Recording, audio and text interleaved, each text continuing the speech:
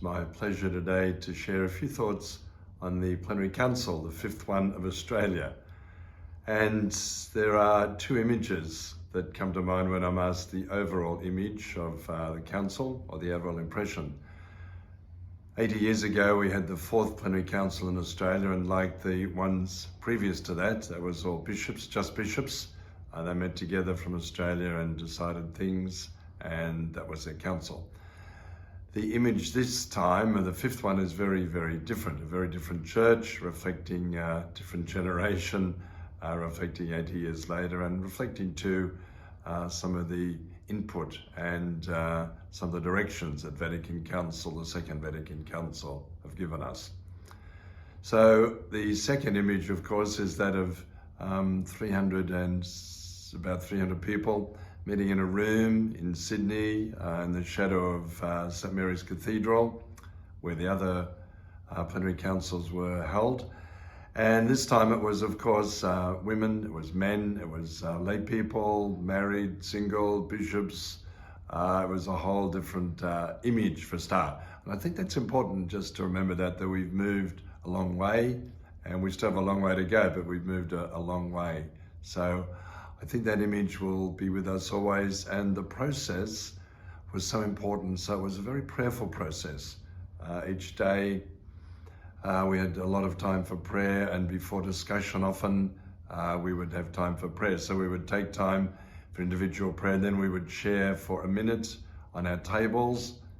By the way, the tables were about 9 people normally, and on our table we would share then with each one what we felt the Holy Spirit saying to us in our prayer, and how did that make us feel. And then we shared what we felt the group was saying about the issues that came up, and again we prayed and reflected on that. So it was a very good prayerful process. It wasn't just parliamentary debate, question and answer time. So that's the first little reflection, I think, on that one.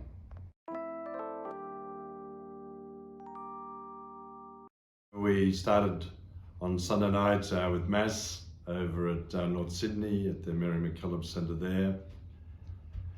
Monday we moved into discussing all our various motions, and there was a lot of discussion, and then they were passed, there were changes, on and went, and it was all going fairly smoothly until Wednesday, and the document on women, which was a very important and essential document. There were changes that were suggested.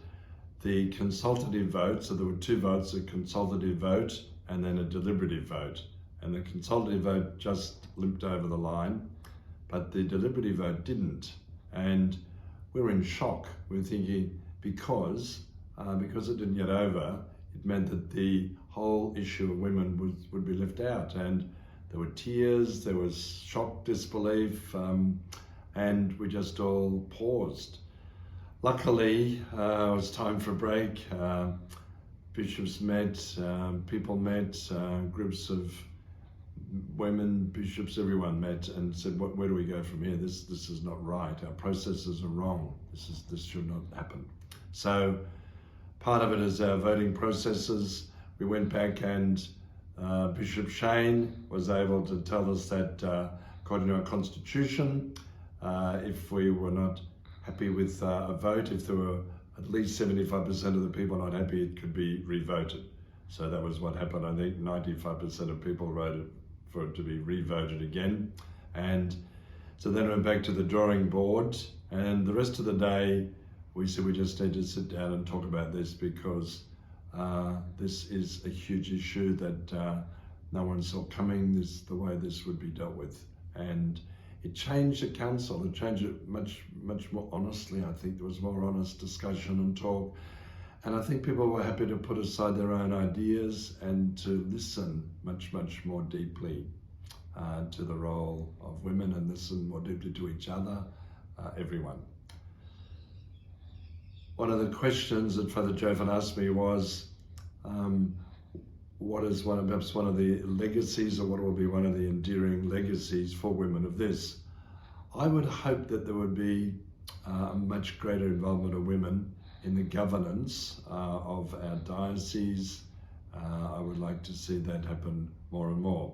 There are other issues like women's diaconate, and if the Pope approves the reinstitution of that, then that would be of universal law, so there would be no problem there.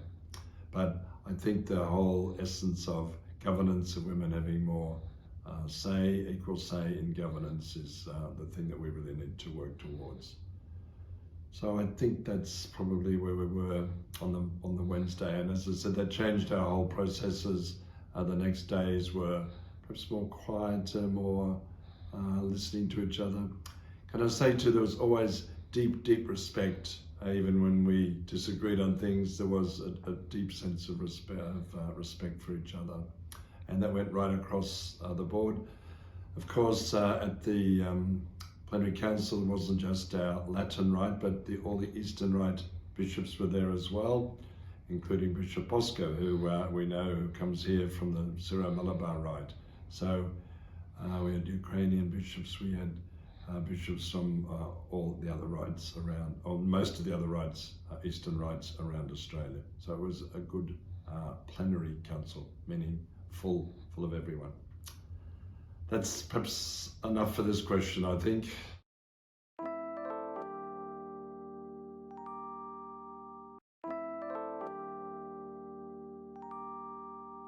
So our next question is about refugees and migrants. Did the Council look at the issues, the challenges, the joys, the changing face of the Australian Church in lots of ways? And can I say it wasn't given huge amount of time and energy, but the third one, called by Christ, sent forth as missionary disciples. So that area looked at the structure of our churches, our communities, our congregations. How do we reach out to everyone? And then how do we effectively send people out on mission? So very conscious in our country, and here at Shepparton especially, we're very conscious of the amazing groups of parishioners that have come from overseas. Here we have lots of Congolese, South Sudanese, lots of Filipinos, lots of Indians. On it goes, lots and lots of people from all around the world. And one of the challenges is, how do we care for them? How do we look after them? How do we involve them very much in the mission of church and in mission of different areas? The Indigenous people also were in a separate area, but that was certainly one of the important areas.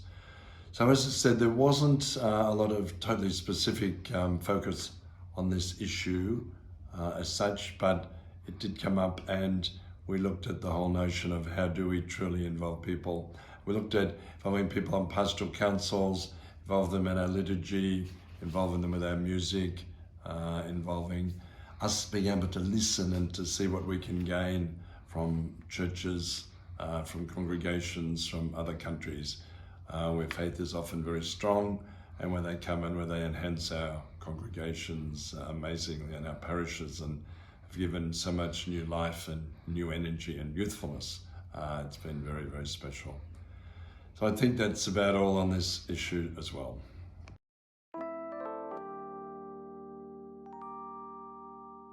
So one of the questions was there much involvement around politics, or was there much discussion around politics? There was some reflection on how our political landscape has changed, and that has changed our moral landscape. So especially with issues like euthanasia, all the issues that have come up recently, it was discussed.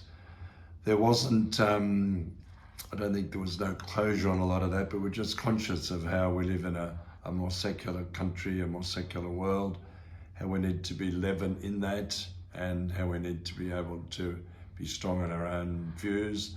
But it certainly wasn't a big, strong political campaign, no. It was very much within church and within our boundaries and what we can do there.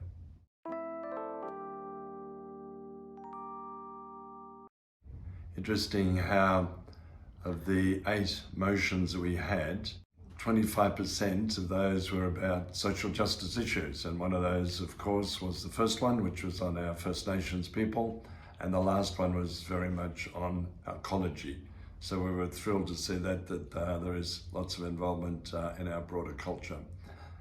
With the Indigenous one, there was recognition of lots of areas there, so that there's the Uluru Statement from the Heart, an endorsement of that.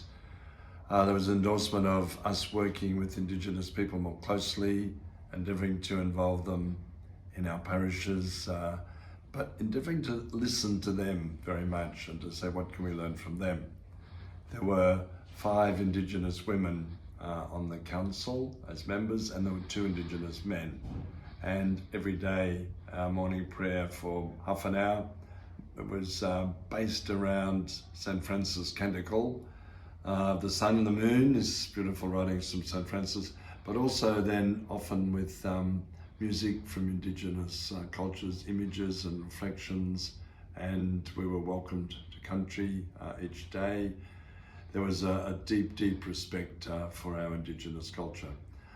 I was just saying to someone last night how the Indigenous people were so much at home and so much so knowledgeable about our church and structures.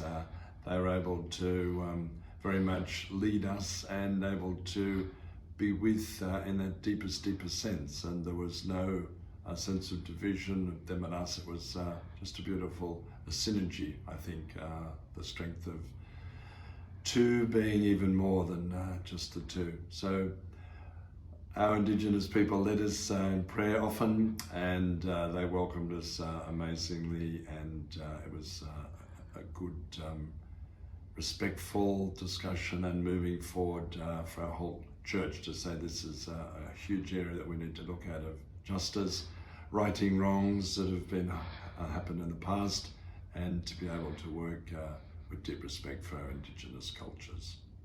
So it was good.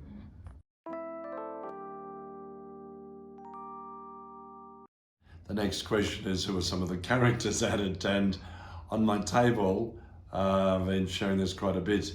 There was a young woman there, I would think a bit younger than 40, and she comes from a place called Buckholden, way up there near Longreach in outer Queensland, and she's a pastoral associate. She looks after 180,000 square kilometres and organises funerals, whatever needs to be organised up there. She works in 3 major cities. She works 2 days a week as a pastoral associate, and the other day she's a cattle rancher. So she and her mum run a big cattle farm, and she was just one of those amazing characters of whom there were many. Everyone there had their own story. Everyone there had a way of just reflecting deeply on the richness and the diversity of our country, our huge country of Australia. So it was lovely to see them. Another great character was one of the Indigenous women from Bulgo, and she spoke very beautifully about Indigenous people and her place and the church there. And then up on the side there were 5 observers, one of whom was the nuncio, the papal nuncio, the Pope's representative in Australia, who normally lives in Canberra, so he was an observer. And she said to him, "Nuncio," she said, "we don't have a bishop. We do not have a bishop. We haven't had a bishop for a long time. What are you going to do about it?" She was just so natural, and I think he might be working on that one, or I hope he is at this stage.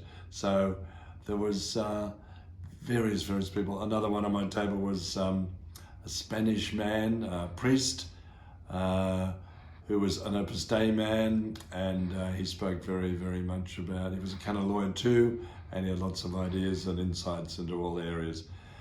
Just each table alone was a group of people. Another one on our table was Bishop Greg Homin, who many of you Shepparton people would know because he was born here, and he's the Bishop of Lismore. Sadly, the second day, so the Monday he was there, the second day he wasn't there. We said, "Where's Bishop Greg?" And they said he's got COVID, so he had to stay in his room for the rest of it, but he came online and was participating there online as well. So we had not too many COVID cases. A few people, one of our own delegates from Sandhurst, Ruth Lawler, she got COVID sadly, so she had to isolate in her room too for a week. was a bit hard. But overall, amazing, just beautiful. Every person there, you could write a book about them and you'd have an amazing, inspiring faith story.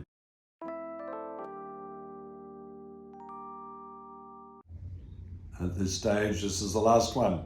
So where to from here? Good question. I'm sure only the Holy Spirit knows the answer to that. So all the motions that were passed have gone, they'll be all written up, they'll be sent to Rome. Rome will approve them. The ones they approve, they'll be enacted into law, and that will have a beautiful flow-on effect and a strengthening of our church in Australia. For example, one thing would be pastoral councils or diocesan pastoral councils. I think we were all shocked to learn that only 5 dioceses have a pastoral council, a diocesan pastoral council. And one of the recommendations was that each diocese and each archdiocese would have a diocesan pastoral council whereby there could be good input from various people and there could be new energy coming through all that. So hopefully all those areas are passed. I'm sure they won't all be passed by Rome. I'd say most of them will. And then we will try and enact them. Quite a few of them go back to the Bishops' Conference for them then to enact. And there was the hope of new structures for formation for people, hope of new structures in terms of some of education facilities and whatever. So there'll be sort of a trickle-down effect right through Australia and our church. So I'm not sure where it all goes from here. As I said, wait for the Holy Spirit to weave and duck and lead us there. And the Holy Spirit is always full of surprises. Thanks everyone. Bye.